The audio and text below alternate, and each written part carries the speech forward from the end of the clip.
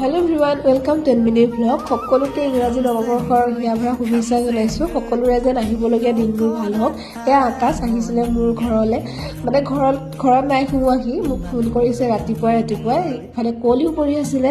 মই ভবা নাই যে সি মোক ইমান ধুনীয়া এটা ছাৰপ্ৰাইজ দিব। সি আহিছিলে মোক লগ কৰিবলৈ আৰু মই আনএক্সপেক্টেড ছাৰপ্ৰাইজ এটা পাই গৈছোঁ তাৰ পৰা।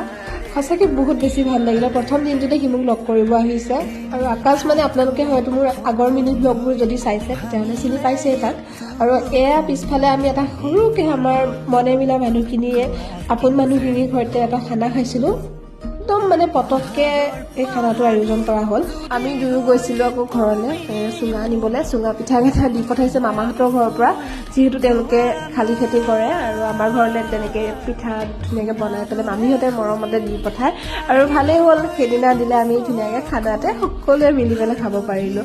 আজি আমি এই খানাটো ঘপককৈ খাইছোঁ যদিও মানে সকলোখিনি বস্তু খুব ধুনীয়াকৈ মিলি গৈছে। সকলোৱে খালে কিন্তু মোক খাবলৈ নিদিলে, কাৰণ মোৰ অকণমান গাটো বেয়া আছিলে। সেয়েহে আকৌ মোক গাটো বেয়া কৰিব বুলি কোনো খাব নিদিলে, কিন্তু চবেই খালে। মই চবকে ভিডিঅ' লৈছোঁ। আৰু এয়া হেড ছাৰ আহিছিলে আমাৰ খানাৰ বিশেষ আয়োজন আছিলে ৰুটি আৰু মাংস, লগতে এই চিপছটো আনিছে নিতুৱে মোৰ কাৰণে, থেংক ইউ। আৰু ইফালে কমলা মই এনেকৈয়ে কাটিছিলোঁ, ধনিয়া জলকীয়া দি নিমখ দি খুব ধুনীয়াকৈ এনেকৈ ৰ'দত বহি খালোঁ। আৰু লগতে এয়া ৰুটি মাংস